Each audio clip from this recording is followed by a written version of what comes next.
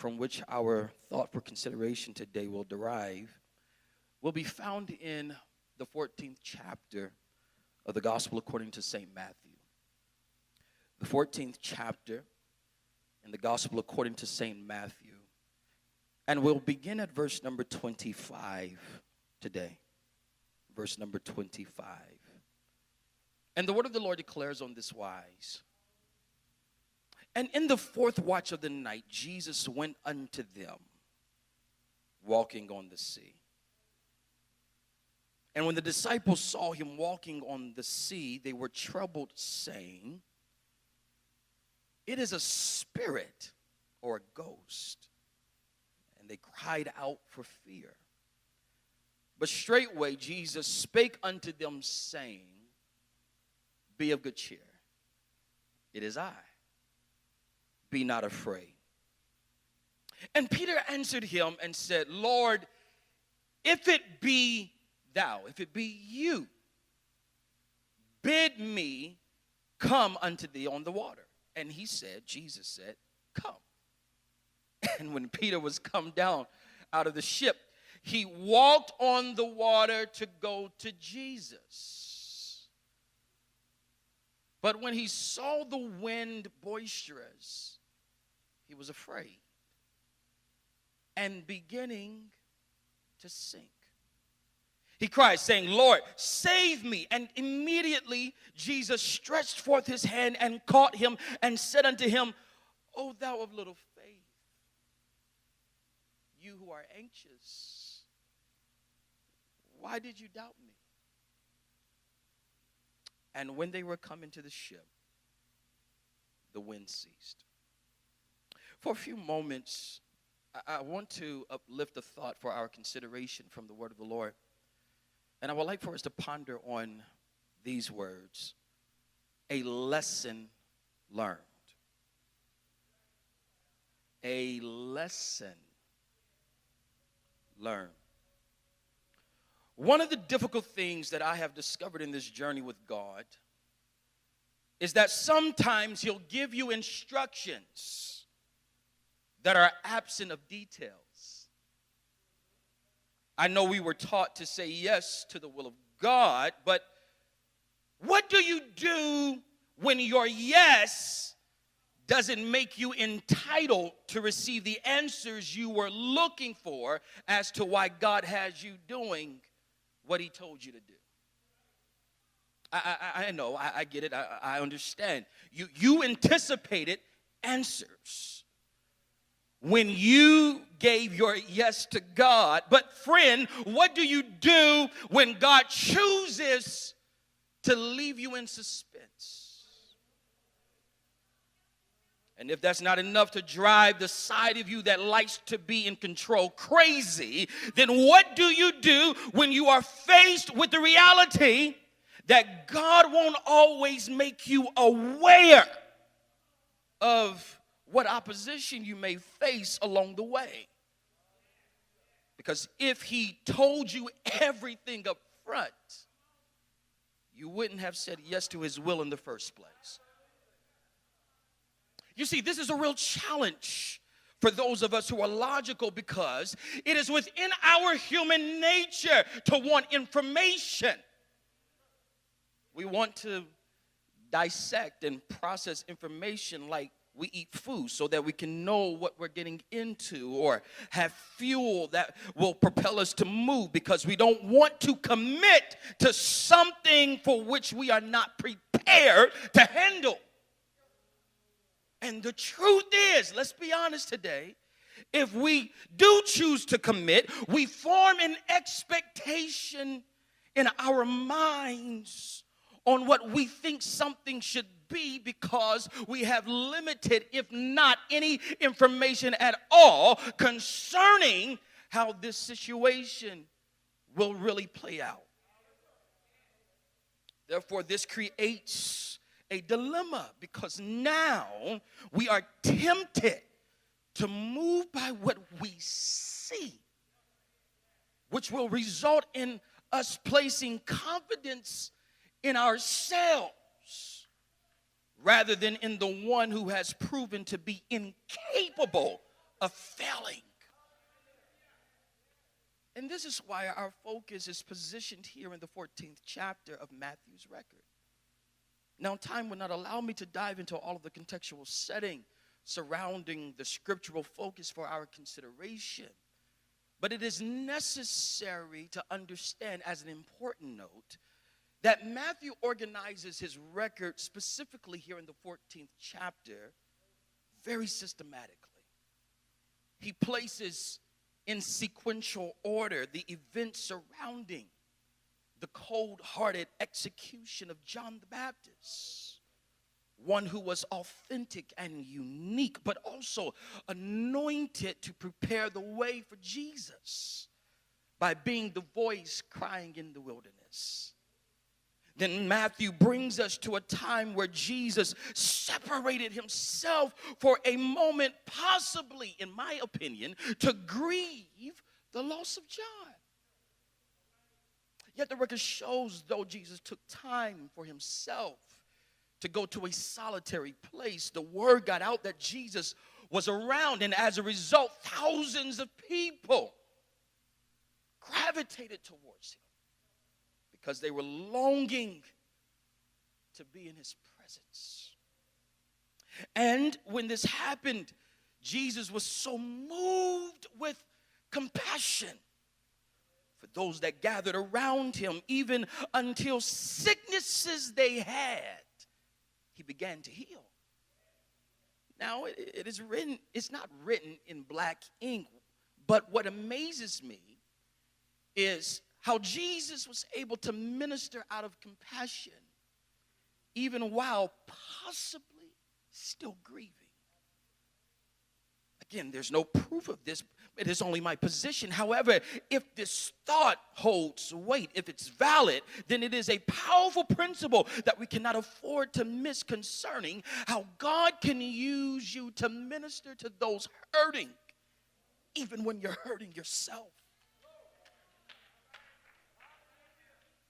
Well, the record shows with thousands of people being around Jesus who is ministering to them, time passed, and it was now evening. The disciples found Jesus and requested that he should send the people home. Let them go home so they can get something to eat and go about their business. But Jesus' response to his disciples was, they don't have to leave. You feed them. And here is where we see the disciples supplying Jesus, which my brother Pastor Dre broke down so wonderfully. They're supplying Jesus with what seemed to be, to the naked eye, not enough. And Jesus takes what appears to be not enough and makes it become more than enough. If I had the time, I would stop right here, yes sir, and put the word in the atmosphere that regardless, you hear me, wherever you're watching, hear this, regardless of what has happened in the last 9 months of this year, hear me and hear me good. God is able to take the next 3 months that are left in this year and do more in the next 3 months than what has happened in the last 9 months. Ask me, how do I know? Because God is the ultimate one that can do more with less. What may not seem like enough for you is more than enough for God. I have to move on, but there's another principle to address in this portion of the evidence provided in the 14th chapter of Matthew's record. And this principle is revealed in the fact that Jesus did not push the thousands of people around him away, but rather he met their needs. The actions of Jesus teach us a profound lesson, and if I were to give my wife the mic, she would articulate it this way. She helped me to see this. There is a salvific element attached to meeting the human needs of a person. Let me run it by you one more time.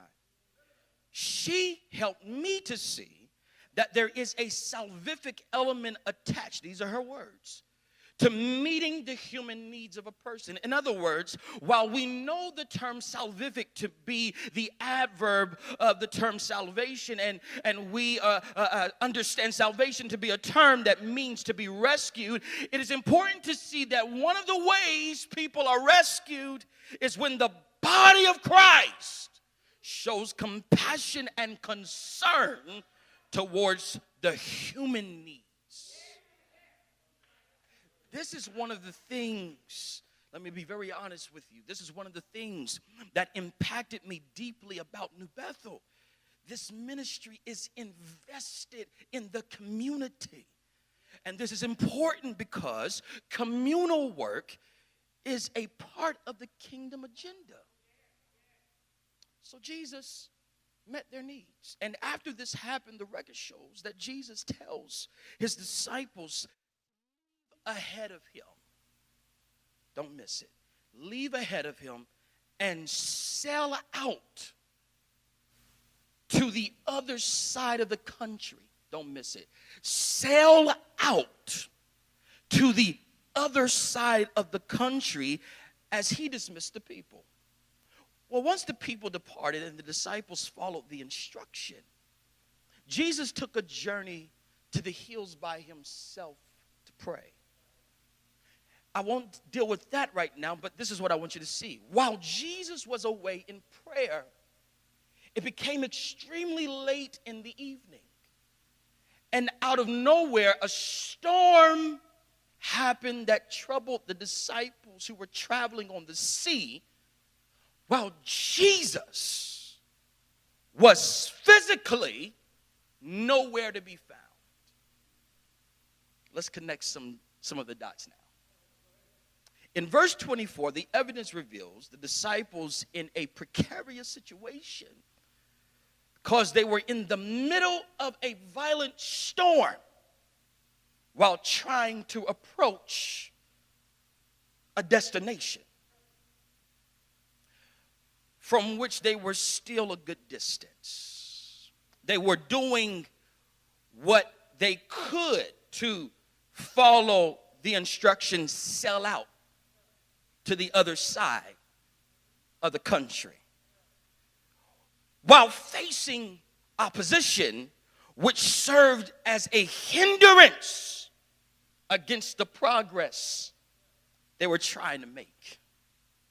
Yet this circumstance, this storm, though it appeared from the onset to be negative, it unknowingly was an opportunity for another side of God to be revealed, which would not have been made known otherwise. Let me dive into this a little bit deeper, because I want to help someone understand that this circumstance, the storm, created an environment that was conducive for an unusual miracle that was about to happen. If you don't believe me, just check the evidence in the text. Here in this text, the disciples are stranded on the sea in the middle of a catastrophic situation. There's no visibility. The wind is violent. The waves are standing only to fall by clashing into the sea. Yet out of nowhere, the figure of an entity moving appears. The disciples are confused because their human vision is distorted by the condition of the climate they were in. And because there was no clarity, their minds began to immediately conclude that what they were witnessing was a ghost. I mean, imagine if you saw a figure walking in the middle of a violent storm towards you, would you not think it was a ghost too? I probably would have thought to myself that if I'm looking at a ghost, then my time must be just about up. But little did they know that the ghost they thought they were looking at was actually Jesus. It is amazing to me how Jesus is never fazed by how crazy our situations seem to be. Whenever he chooses to show up in the middle of our situation, he doesn't have to make it normal in order to fix it. He'll just use abnormal, supernatural, unusual, and unthinkable and unbelievable means to shift our entire life in spite of what's going on. And this is why we discovered, based on what is happening in this text, that when it comes to having faith in God, you cannot rely on what you see in the natural. Because if you rely only on what you can see, hear me, don't miss this, you'll perceive a God thing to be something false, and something false that's full of the devil to be a God thing. So the question then becomes, how does one receive clarity that what they think is a ghost is actually Jesus? Well, to answer this question, the answer is simple. You don't receive clarity until he chooses to reveal himself. Which tells me it is not enough for you to have vision if there's no revelation. Jesus has to give you revelation to let you know that what you are perceiving is real. And how did Jesus send this revelation? Well, if you check the record, he delivered it as a word. And the word said, "It is I. Be not afraid." Don't miss it. The revelation was packaged in a word that came from the word. Let me pause right here because this helps me to realize I may not have all the details up front. No, I may not have all of the answers up front. No, I may not have all the clarity I need up front. But if I have a word from God that tells me he's with me, then I have everything I need to tell anxiety to shut up. I have everything I need to tell fear goodbye. You're not welcome here anymore. I have everything I need to act in faith. However, before we go too far, too fast, let's consider all sides for a moment. Because while it is easy for us to shout on the revelation that God is with us, if we're not careful, we will allow this misnomer to infiltrate our minds that make us think we can just make a move, and we'll mistake that move as being a move of faith when really we're still battling with what we see happening. And here's the thing. In that moment, it is easier to want to do something to appease your desire to be in control without counting up the costs first. Listen, I understand we strive to be a faith-driven people, but at the same time, we must be wise. And ultimately, we have to take time to examine our true motives behind the decisions we want to make. And here is where we find Peter in the text. After Jesus put his disciples' minds at ease concerning him being the one who is approaching them, based on on my initial perspective, it appears as though Peter was inspired. After all, what Peter saw Jesus doing was unconventional. It was different. It was new. It had never been done before. It was unheard of. It wasn't familiar. It was out of the box. It was innovative. It was creative. It was unique. It was unthinkable. And again, based on my initial perspective, it appeared that Peter's desire to move and do likewise was immediately pulled upon within him, which made him so eager to do what he saw Jesus doing. Yet it wasn't until I continued to navigate through the rest of the evidence here in the text that I see Peter asking Jesus a question. If it be you, if this is no lie, if this is real, if what you said is true, if you really are a man of your word, then bid me to come out on the water. I don't mean to be offensive, but this text is often preached from the perspective of Peter having faith, which propelled him to ask Jesus to allow him to step out on the water. This text is preached from the perspective that Peter wanted to walk on water. However, when I looked at the record again, I see a person troubled by his circumstance. See, a man who loves his master, yet isn't confident enough to believe that the word he gave concerning him being the one that they saw was sufficient. And to test the validity of the word Jesus gave, Peter thought it necessary to ask the question, if it's you, bid me to come out on the water with you. Well, the really interesting part of this narrative is that Jesus already knew what was going on, but instead of negating it, he entertains it. He responds to Peter's question with one word: come. If this is what you want to do, come. If you need more proof, come. If you are uncertain, come. But here's the thing. Peter, are you ready? This is me talking. To make a decision without considering the risk involved. Do you want to challenge what God has told you for the sake of having your questions answered? It is dangerous to pursue, hear me, because there's layers to this. I won't even get into it, but there's layers to what I'm about to tell you. It is dangerous to pursue something out of curiosity without self-examining your real motive.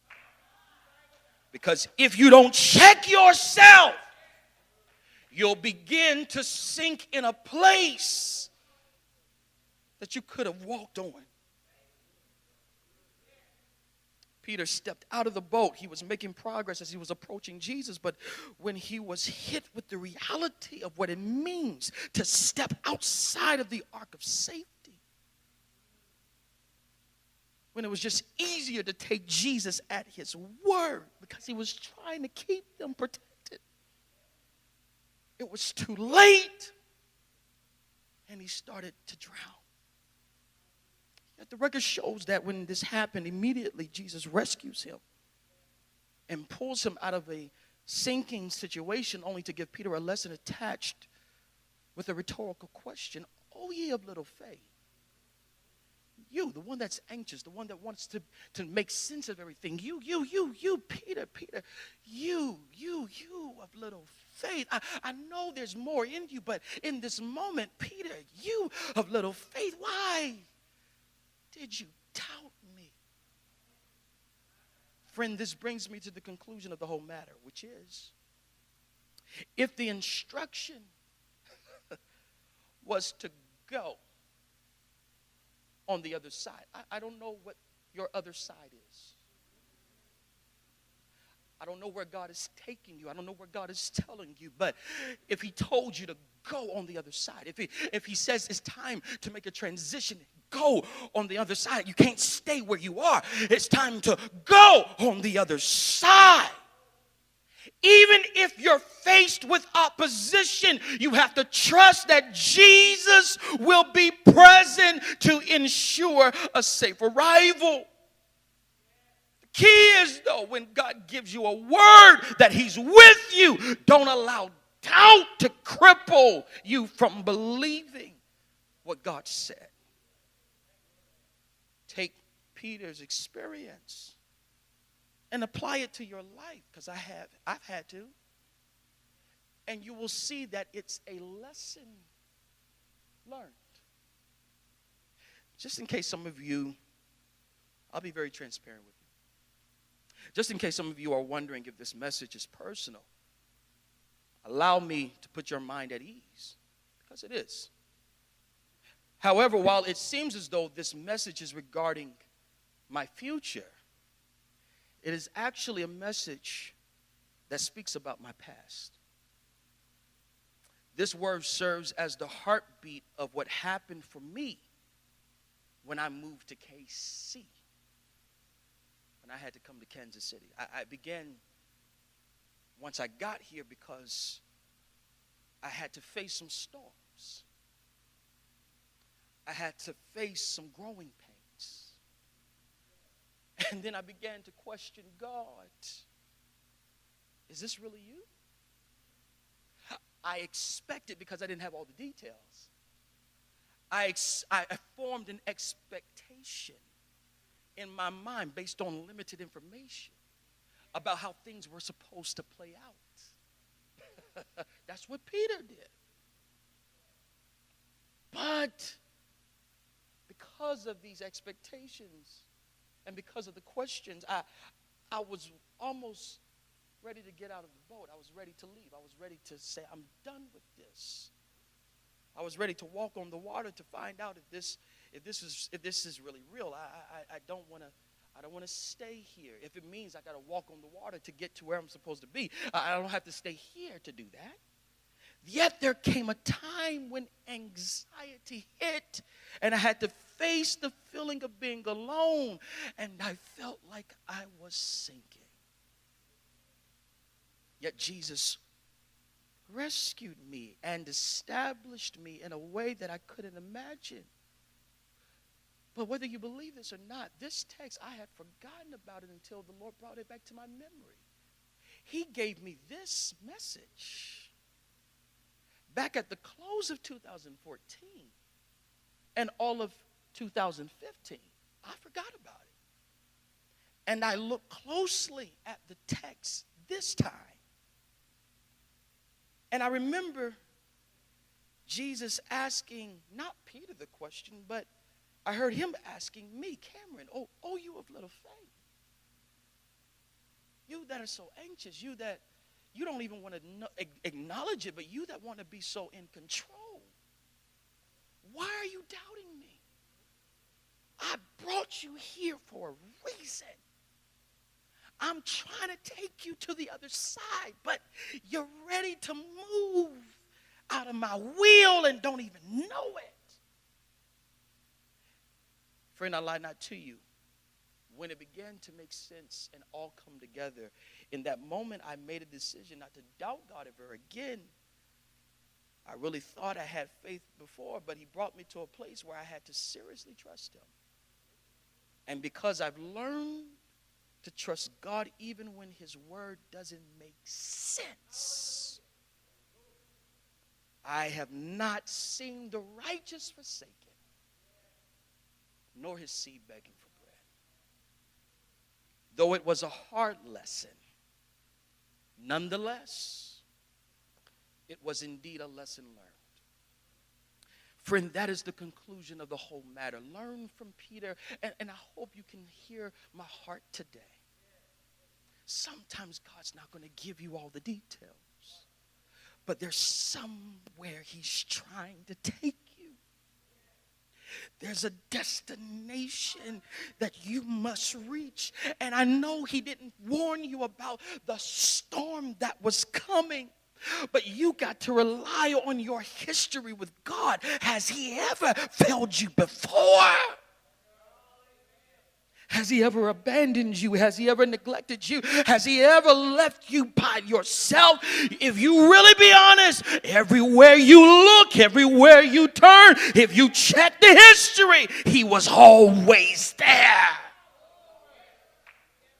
I come to tell you as a servant of the Lord, but as a witness, God will get you to the place where he really wants you. It may take some grooming that you don't like. It may take a leader to cultivate you in a way that you may not like it. It may be frustrating. It may be irritating. But if you would trust God, God will help you to reach the other side. Hold on. There's one more piece, and I'm going to stop. There's one more piece to this, and I can't neglect it because we read it. And it's in verse 32. And when they were come, when Jesus and Peter came back to the ship, the wind ceased. And when they were come into the ship, no. Commentators and theologians may have their perspective, and that's fine. I'll just take it for face value. How did they get back to the ship? Remember, Peter had to step out of the boat, and he did start walking. But because he got distracted and took his eyes off Jesus, he started drowning. But remember, Jesus rescued him. And in the 32nd verse, when they were come into the ship, that tells me you may feel like you may reach a point where you're drowning. But when Jesus is with you, he'll help you to get back to the place. He'll help you to get back in the posture. He'll help you do again what you thought you couldn't do before. They had to walk to get back into the ship. But this time Peter realized, I don't have to walk alone because I really do know he's with me. He's with me. He's with me. He's with me. And the wind, it ceased. Friend, this is a lesson learned. I have to stop here, but you that are watching and those that are here, if this word has pricked your heart, if it has ministered to you right where you are, friend, hear me, you don't have to stay in that place of frustration. You don't have to live in a place of doubt. You don't have to allow your fear. I know it's real. Don't let anyone discredit your fear.